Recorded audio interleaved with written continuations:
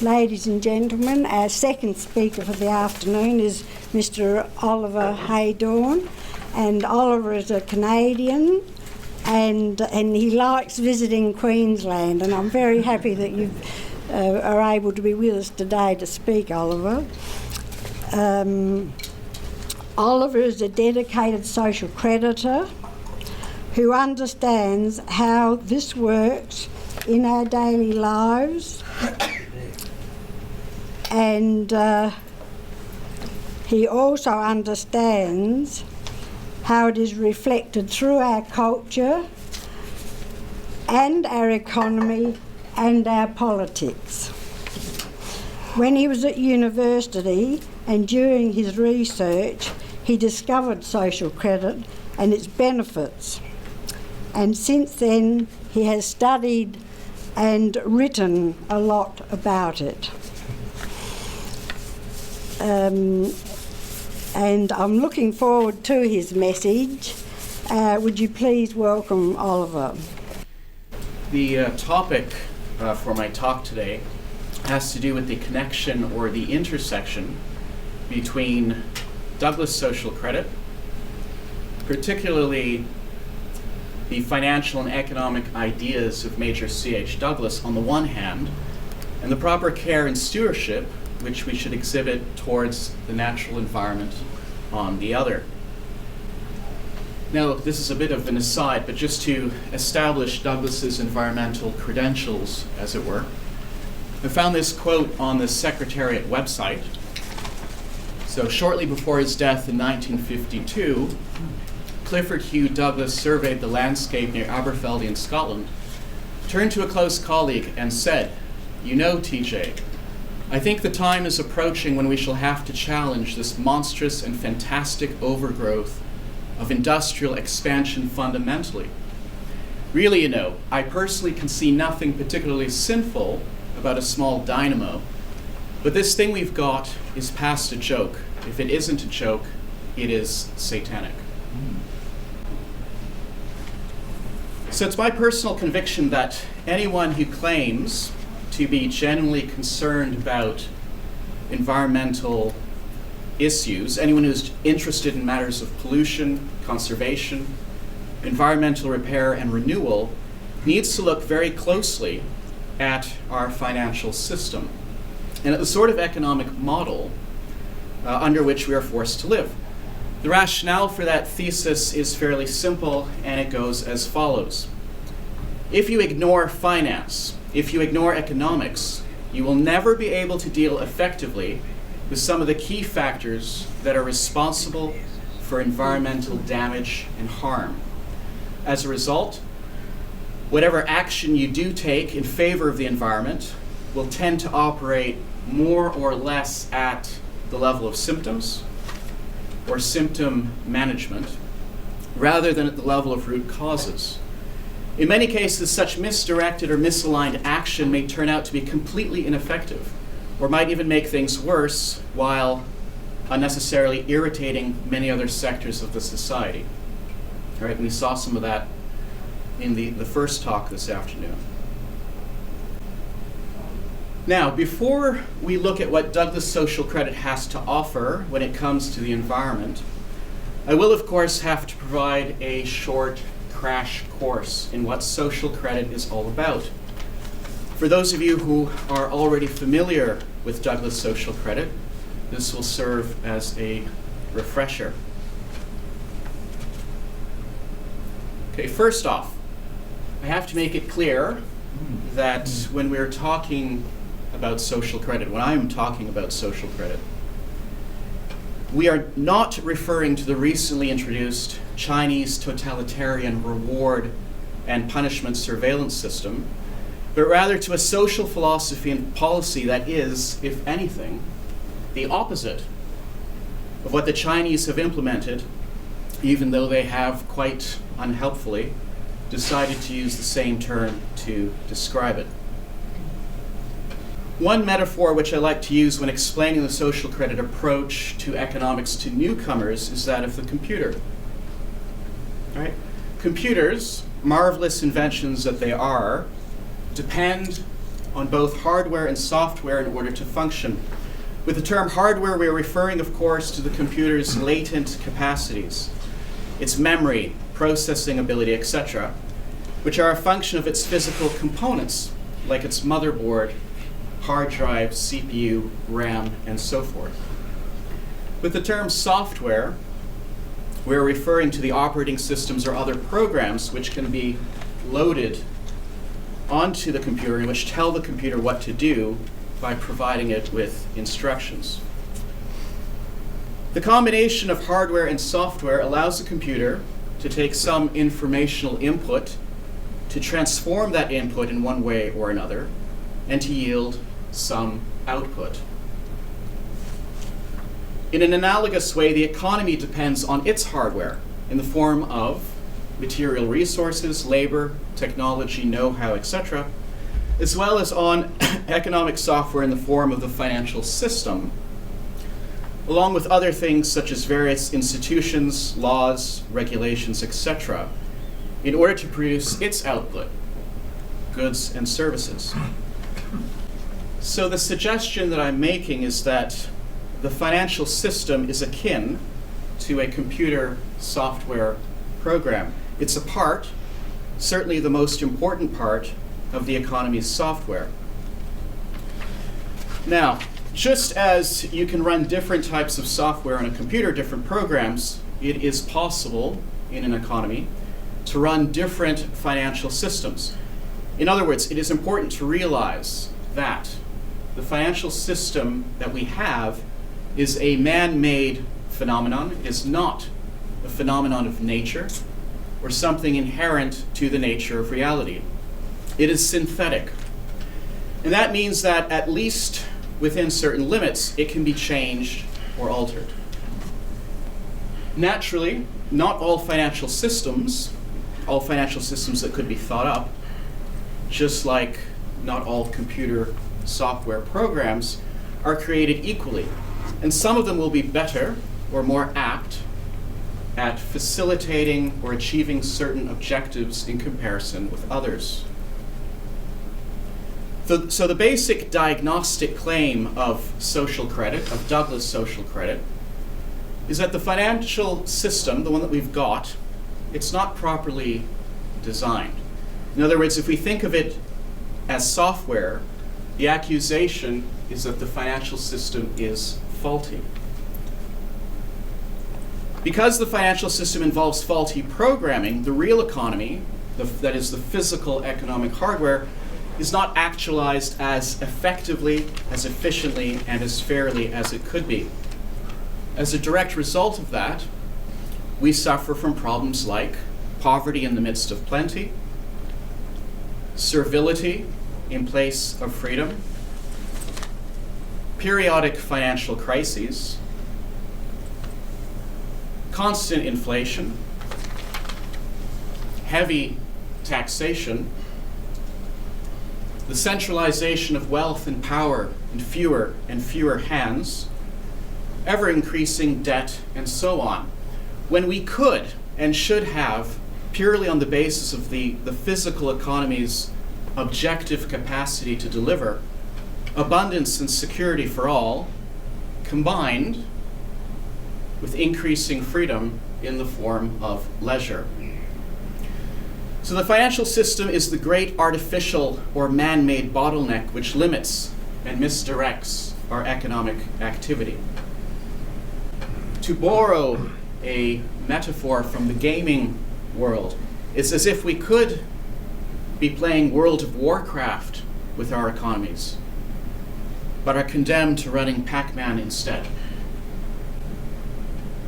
So what exactly is this fault which social credit theory claims to have detected in the current financial system? The financial system it's a virtual world. It's a world of figures, which is supposed to have some connection to the real world, to the real economy. And so we can ask, do those figures, the kind of figures which the current financial system spits out, do they accurately represent the real world in which production and consumption actually occur? The social credit theory asserts that the answer to that question is a clear no. The financial system does not provide us with an accurate picture of the physical or real-world economy, of our economic hardware, neither of its potential on the one hand, nor of its actualization on the other. The financial system does not correspond to the physical reality, and in that respect, it is not an honest system. Instead, it paints a picture that we are poorer than we actually are.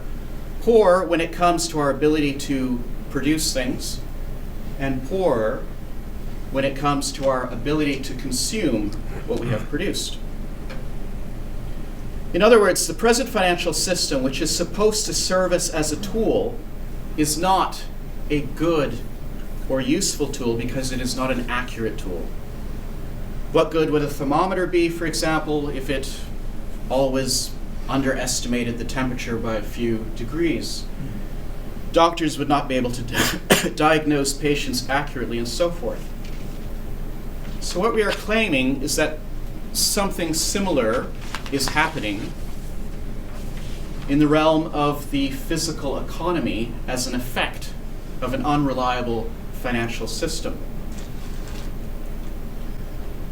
First off, on the level of production, the present financial system artificially limits our ability to produce new wealth, new goods and services, by rationing the credit that is created and that can be made available for production purposes, whether public or private.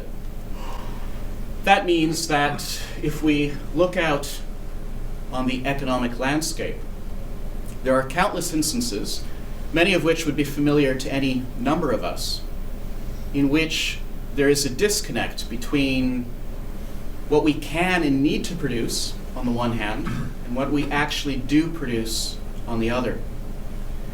That is, there are many examples of there being some pressing need for a particular good or service, combined with the ready availability of all the raw materials, technology, labor, etc., that are required to bring it into being, and yet the production does not take place because there is one very important thing that is lacking, and that thing is money. Right? Money is the necessary catalyst for the productive reaction to actually take place in the formal economy. In the absence of money, typically, nothing happens. And for this reason, in some cases, vital needs go unmet. That is a tragic state of affairs because it is a situation that, at least in theory, is completely avoidable. There is no good reason for that sort of dysfunction. In the Canadian medical system, for example, it is not uncommon that people have to wait inordinate periods of time for certain surgeries or diagnostic scans and so forth. When people ask about it, they are told that money is lacking, or that the system is cash-strapped. And when they protest, if they protest, they may be goaded with something like, but where is the money to come from? Well, ultimately, the money is only lacking because the present financial system dictates that there be no money for this or that productive purpose, even though, on a physical level, that production would be easily realizable. Now, if the financial system were an honest system, if it were designed in such a way that it automatically reflected the physical economic reality, then what that would mean is this: needs and the physical capacity to fulfill those needs would always be connected. Sufficient credit for production for productive purposes would be automatically forthcoming so long as society possessed what Douglas termed the real credit, right? The real credit being defined as the physical ability to deliver goods and services as, when, and where required with the least amount of trouble to everyone. And it's the real credit which is the only ultimate basis for financial credit. An old social credit axiom reads as follows: whatever is physically possible and desirable should be financially possible. If we compare that now with the existing financial system, our present system says something more like this: only some of the things that are physically possible and desirable are financially possible or will be financially possible. And which things are those, you might be asking? Well, we're talking here usually or mainly of those things that promise to be maximally profitable within the context of a dishonest and dysfunctional and artificially limiting financial system. A system which treats money as a commodity that is to be bought and sold rather than as a mere accounting tool. Right? And I would say that would be the key point, the key difference between the existing financial system and what social credit envisages. Both the artificial restriction on our production possibilities under the current system, as well as the social credit remedial proposals which would alleviate and indeed eliminate that restriction, have a number of implications for the environment. In the first place, there are, ex hypothesi, many environmental projects which should be undertaken. I'm not going to specify here with any definitive judgment exactly which ones, because that's a matter for unbiased, preferably unbiased, scientific experts to determine. But these projects are not undertaken at the present moment, even though we have the physical resources to accomplish them. And we could do them if we had a proper financial system and the political will. So that's what social credit brings to the table. Here, as one example, you could talk about deforestation. There may be areas of the world that have undergone deforestation and which should be reforested for the sake of preserving the soil, biodiversity, and so forth. We have the know-how, the technology, and the labor to do that. But it's not being done presently to the extent that it may be needed because there is this lack of producer credit. Similarly, there's a lot of plastic waste floating about in the lakes, rivers, and oceans. There is technology available to help clean that up, but it's not manufactured or employed to the extent that it is both desired and possible because of a scarcity of money.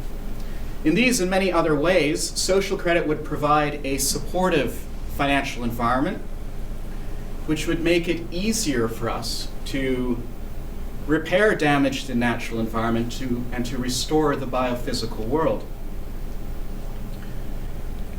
In the second place, once you remove any artificial restrictions on producer credit, it also becomes more feasible to act preemptively or proactively to prevent environmental damage from occurring in the first place by developing and or manufacturing cleaner technologies and industrial processes. One of the things which often holds back authentically green technologies, as opposed to things that might be sold under that label, but which constitute no real improvement, and may even be worse for the environment, is the lack of funds that are available to set the production of such alternatives in motion. Social credit, by contrast, guarantees that there will always be a green financial light for the rapid expansion and refinement of green technologies of all kinds, provided that there is the public will to support it.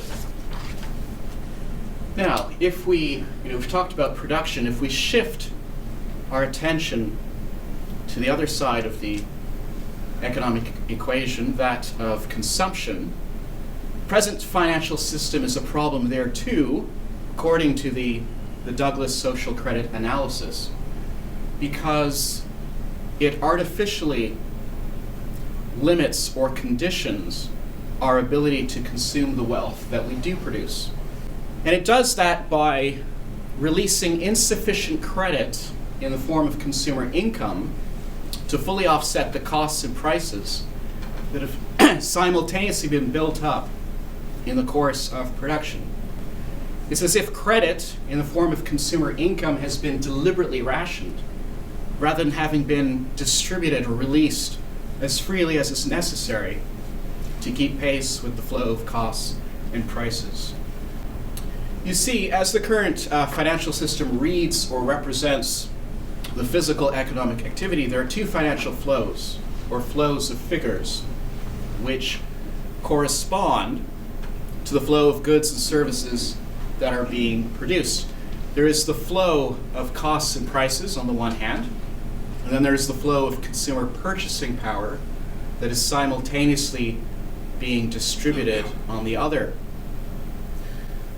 Again, according to the social credit analysis, these two flows are not, under the current system, in an automatic balance when they should be. Instead, the flow of costs and prices exceeds the flow of consumer purchasing power. So the claim is that there's a fundamental imbalance, a structural imbalance in the system. Now, this imbalance has to be compensated for in some fashion, because otherwise the economy will stall. Goods will go unsold, people will lose their jobs, businesses will go bankrupt, and so forth. The present economic system that we've got tries to compensate for the imbalance, for this price-income gap, by relying on the contraction of new debt money, such as consumer loans, to make up for the lack of consumer buying power. But the main way of providing additional consumer buying power is for the new money, the additional money that's needed, for it to be created and issued for additional production, whether private or public, whether it's really needed or not. And the incomes distributed in the course of that additional production help us to sell goods and services that were produced in the past without, in the present or in the immediate future at any rate, adding to the flow of consumer costs and prices. That is especially true of capital production, of public goods and services, and of goods and services destined for export. These goods and services either never add to the flow of consumer costs and prices, or only do so at some later stage in the more or less distant future. So they provide more income in the here and now, while allowing us to kick the can down the road where costs and prices are concerned. What they do allow for is for the surplus goods that are presently on the consumer market to be distributed to consumers, and for the corresponding costs of production to be met. And in that way, the economy can hum along without too many difficulties. But what this means concretely is that under the existing economic model, the economy must continuously expand. And not only must it expand, but it must expand at an ever-increasing rate, or exponentially, in order to maintain a balance between the two flows that were mentioned earlier, that of costs and prices, and that of incomes. Growth, or constant growth at an ever-increasing pace, becomes the condition of the possibility of maintaining an equilibrium between the two flows that I mentioned earlier. To provide you with a ready-made image, imagine a bicycle that could only be kept in balance by pedaling ever faster on it. The bicycle represents the economy, and the pedaling represents the rate of economic activity. Social credit claims that our economy is like this hypothetical bicycle that can only be ridden or kept upright by pedaling ever faster on it. As soon as the accelerating pedaling loses pace, the economy stalls. One of the difficulties we face is that this rhythm cannot be maintained indefinitely. From time to time, the debt burdens associated with growth become too heavy, and people start to default.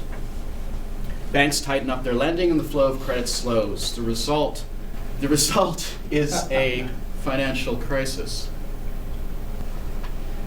Right? Such a system-induced financial crisis occurs and has real-world consequences, even though nothing at all has happened to the physical economic hardware. Right? In a financial crisis of that nature, we are still physically capable of producing everything we produced before the financial crisis hit.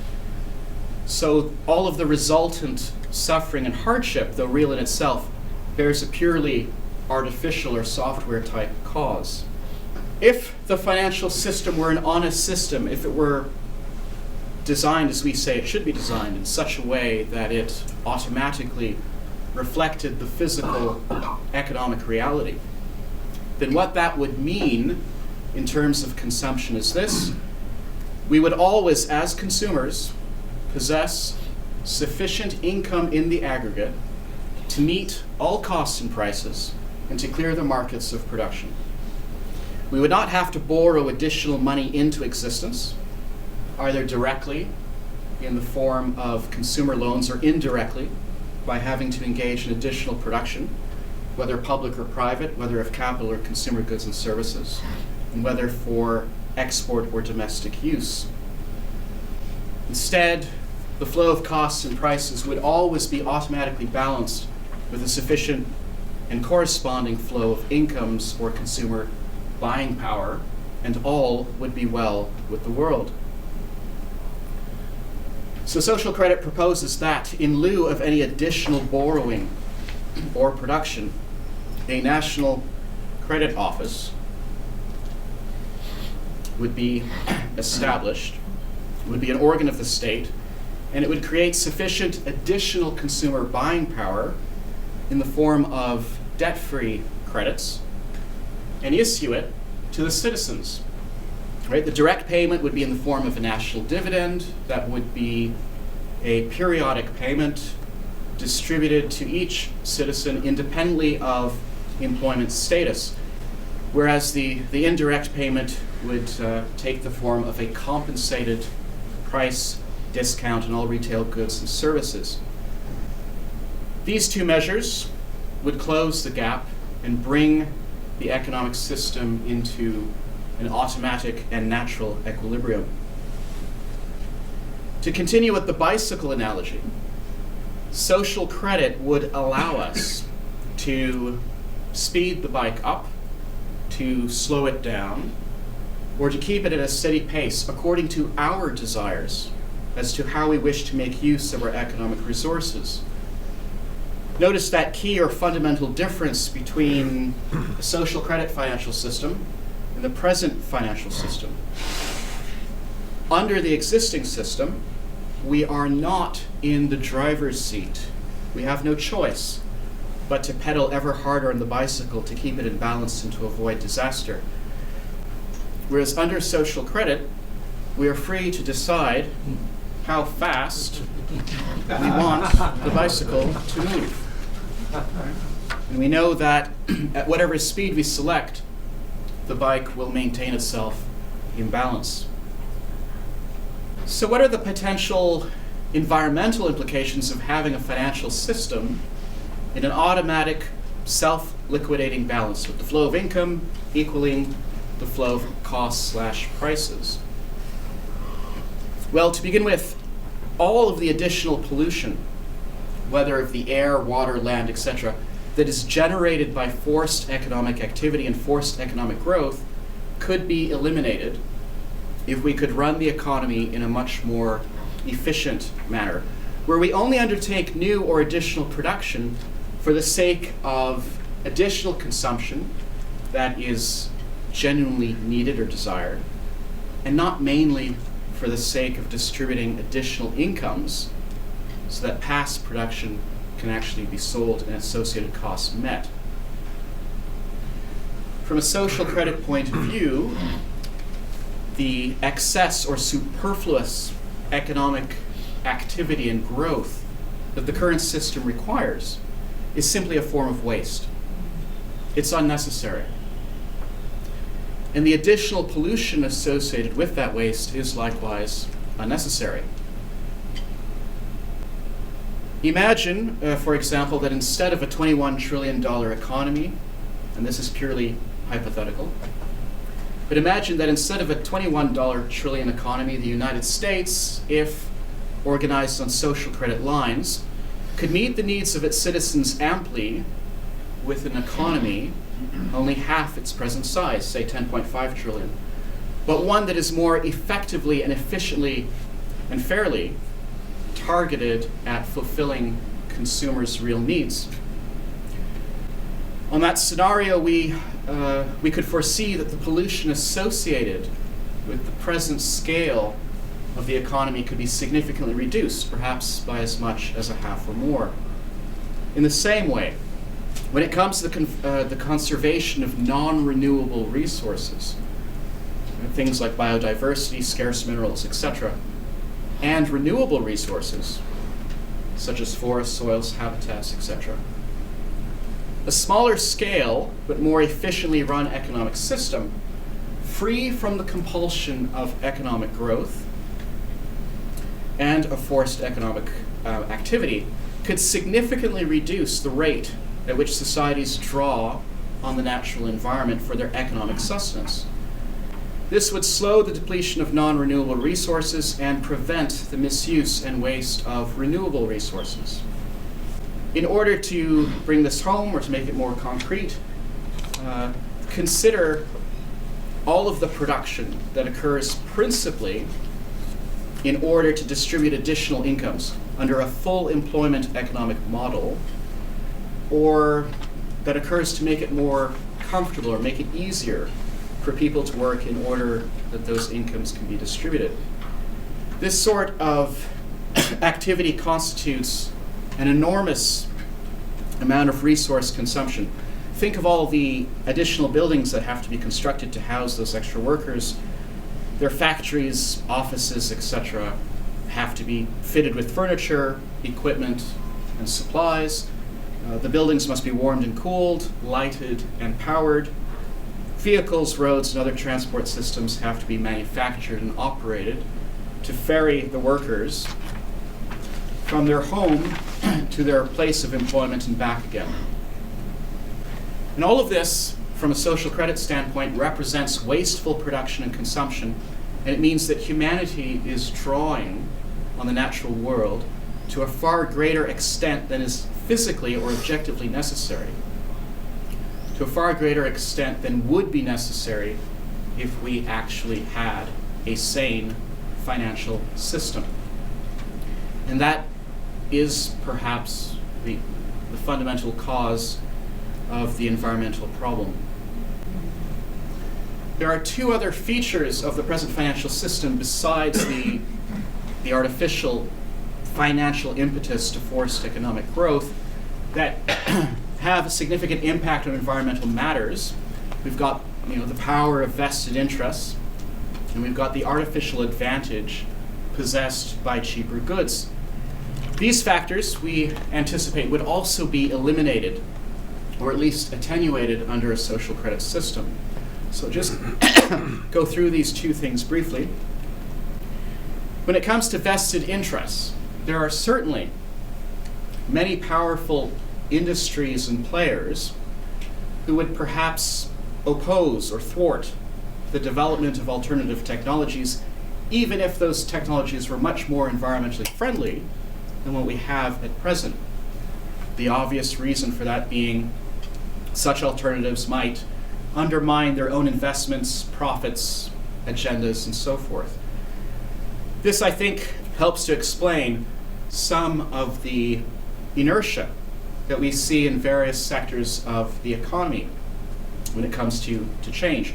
Social credit would help to neutralize this tendency because, first of all, there would be more money available for new innovative production, and the income security that social credit would afford everyone through the universal citizens dividend would reduce the pressure that some people feel to acquire and control as much wealth as possible as a hedge against future uncertainties.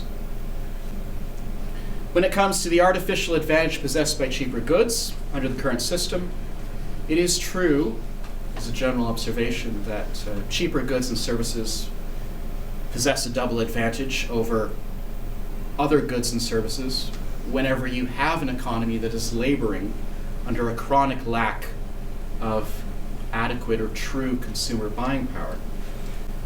Cheaper goods and services are obviously more attractive in any economy from the point of view of price, simply because they require less money to purchase them. But when on top of that you add the fact that you've got an economy with an inherent deficiency of income, cheaper goods and services acquire a second advantage. You see, consumers often opt for shoddy goods or goods characterized by things like built-in obsolescence, not because these things are really representative of what they would like or prefer, but because it may be all that they can afford. In this way, the production of things that are wasteful or polluting tends to be incentivized in the current economy because they are cheaper and possess this double advantage. And not just incentivized, but as patterns of production, they tend to become ingrained for the same reason. People come to rely on them as a matter of guaranteeing their financial and economic survival. By contrast, in a social credit economy where you always have enough consumer income being automatically distributed so that we as consumers in the aggregate can buy back in full whatever we produce, consumer choices can be more flexible and therefore more reflective of what consumers would really like to have. And that in turn would enable producers to respond more effectively to consumers' true or finance-independent preferences. And that by itself should result in a more environmentally friendly economic system. So what I'm suggesting at the end of the day is that if we had a healthy financial system, and hence a healthy economic order, one that was stable and flexible because it is built on truth and incorporates balance, where the principle of homeostasis is one of its operating features, it would be far easier to ensure that our interactions as a species with the natural environment are likewise healthy and balanced. On the other hand, if we continue with a financial economic model which is built on falsehood, which is fundamentally unbalanced in its routine operations and predatory in its spirit, we need not be surprised that our interactions with the natural environment, and even the attempts we make to care for the natural environment out of the present dysfunctional framework, are similarly going to be grounded on falsehood, marred by imbalance, and end up leaving a trail of senseless destruction in their wake. This is especially true when we consider the level of technological development that we have now reached and the impact that we are capable of having on the natural world. So social credit, Douglas social credit, provides us with the hope that a high technology civilization and the natural world can live in greater harmony than has hitherto been possible, both for the benefit of the human person and of all other living things. How do you put that into practice in our political system today? As far as social credit is concerned, I think one of the key things, of course, is education. There are, even today, many people, I don't want to hazard a guess in terms of what the percentage is, but there are many people, for example, who aren't aware of the facts that the banks create the money supply whenever they make a loan or purchase. That, our money supply, the bulk of it is composed of digital numbers, and the banks have the license to create them and retrieve them. And that they do that not necessarily in accordance with what the public interest is, but in accordance with what they think is in their own private interest. So they say knowing is half the battle. If everyone in Australia knew something about these questions of the financial system, monetary reform, Douglas social credit, I think that fact alone would have to force things in our direction, so to speak. I think it's interesting, your presentation, and the fact that we've got Peter Ridd here, who was a very important educator, and so he knows the ramifications of it, and I'm sure you do too, because you've got you're highly qualified.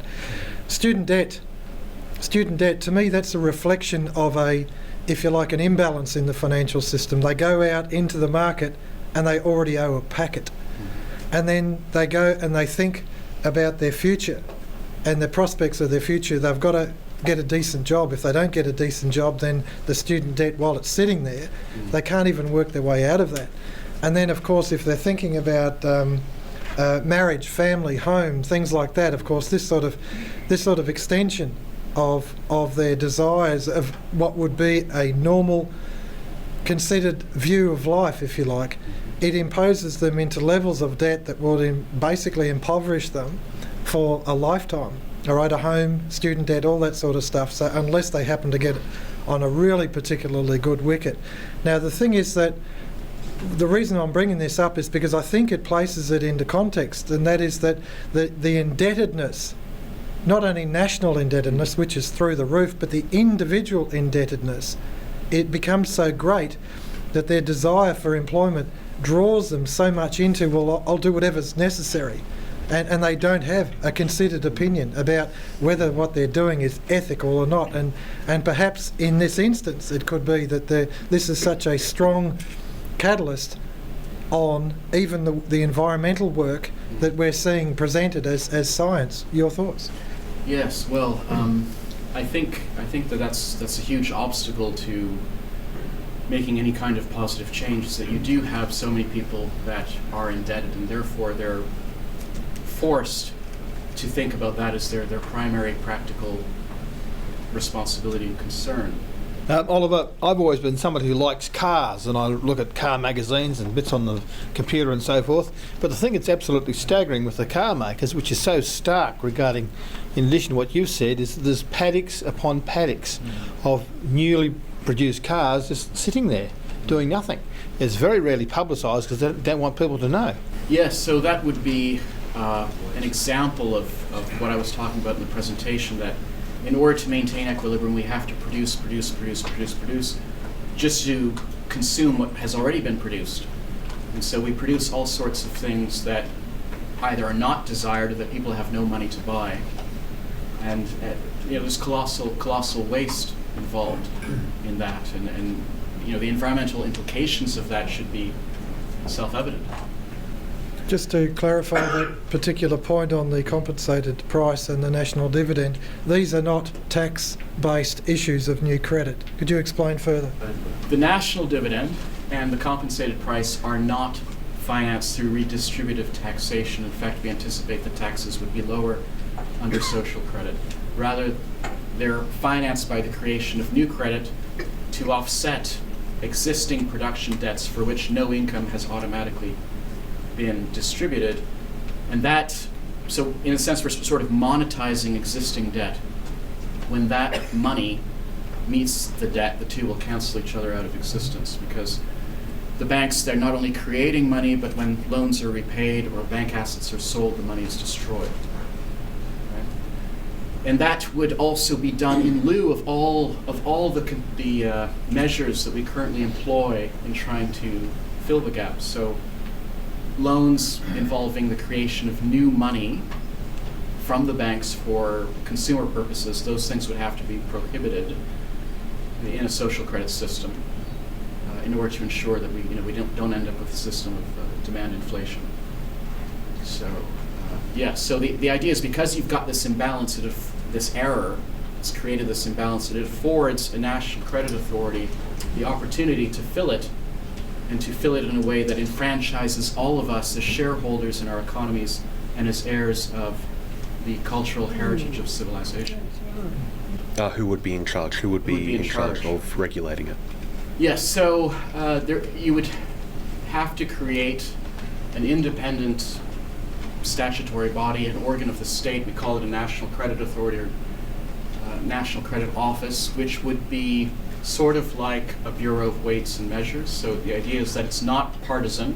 It's not something that any political party in power would have control over. It would be an independent office that would function, would ensure that the financial system of the country is ordered to the public good and would have that responsibility. And certainly there are sanctions that you could introduce to punish or to correct the civil servants in charge of a National Credit Office if and when they fail through negligence or malice to order the economy properly. All right. That actually brings up another question. Wouldn't that just be replacing the current financial institutions that we have now with a new one that's run by the government instead of private bodies? Well, Douglas and social creditors are not in favor of nationalizing the banks, so the banks would still operate as private entities. What we are interested in is ensuring that the policy that is served by the financial system is first and foremost a policy in keeping with the common good, or a national policy, if you will, or a public policy. And as long as the banks operate within those confines, they could continue to be privately owned and operate for a profit. It's not a question of sort of going from an extreme of a private system or almost completely private system to the government running the financial system. Rather, it would combine what we think would be the best elements in both. My second question was, wouldn't deregulation just achieve it a lot more easily and also not involve government involvement in order to free up the market?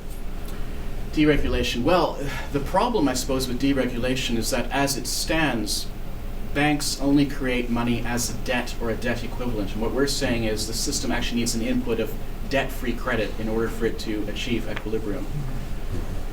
And that's where the state comes in. So under social credit, banks would still be lending money for productive purposes, but the National Credit Authority would be there to ensure that in addition to the regular flow of incomes, there would be sufficient buying power in the form of incomes created debt-free to offset the costs and prices that are generated. I apologise. I was actually referring to deregulation. For example, you had the Canadian medical system there. Okay. More of a deregulation of the systems that are increasing in price. Yes, in certain cases, if you do deregulate a system, you can expect, because of increased competition, that costs would be kept down. But in fact, I don't think that this applies to the Canadian healthcare system. I think prices would go through the roof if we introduced the private system. The reason being that in the Canadian system, we spend half what they spend in the United States per capita on healthcare, and we've got better outcomes. And so, because it's a public system, the government actually has to ration care, which is more effective at keeping costs down, which is, that's, as far as the free marketers are concerned, that's sort of heresy, but that can happen too. That because the government's limited in terms of the money at its disposal, it's got to provide these services for everybody. It's got to find ways to cut costs. To me, it's not a matter of public or private, it's a matter of finding the right mix that actually serves the common good. I guess two things there. You put up that it's a year for a knee replacement.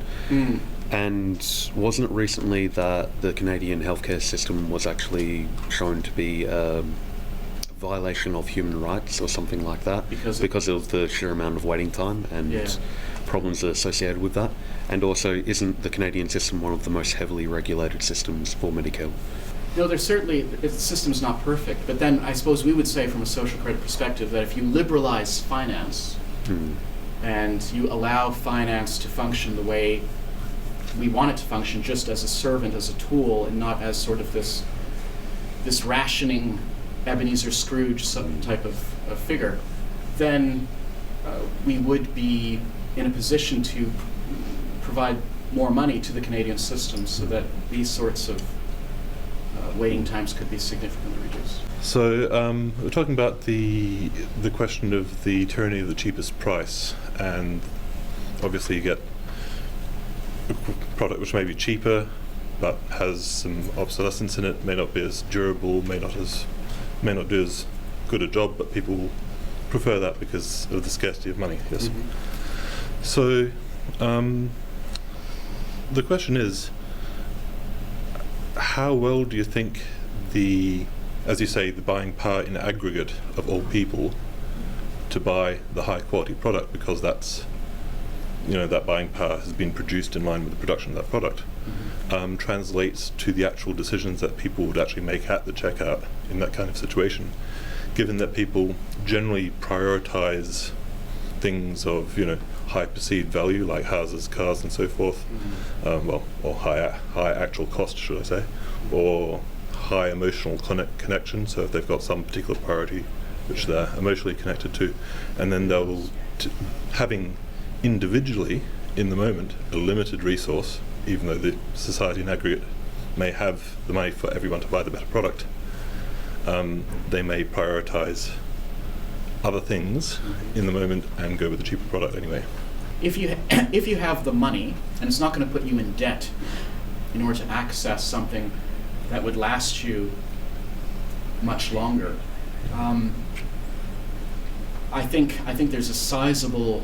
We could ask the sociologists to do the study, but I think that there's a sizable portion of the population that even now would say, well, I prefer the thing that lasts longer. I don't need to have a new whatever it is every 6 months or every year.